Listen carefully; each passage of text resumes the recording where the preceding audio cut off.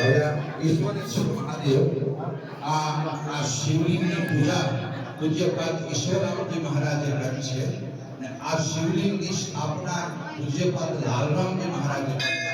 આ ઈશ્વર આશ્રમ લાલરામજી મહારાજે એનું નામકરણ કરી અહીં ઈશ્વરામજી મહારાજ જ્યારે ઈશ્વરા પરમેશ્વરા કહેવાના જ્યારે 18 વર્ષની ઈશ્વરામજી મહારાજ પાસે આવતું એનું ભજન તૂટવા લાગ્યું ત્યારે જૂનો દ્વારો માતાજીનું મંદિરની જૂનો દ્વારો કહેવાય.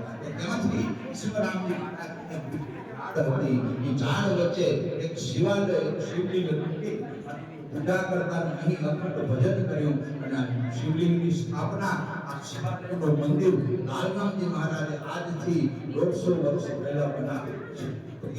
ઈશ્વરેશ્વર મહાદેવને શિક્ષણ અર્પણ કરી અને પગે લાગ્યો. ઈશ્વરેશ્વર મહાદેવ હવે બહેનો આવજો.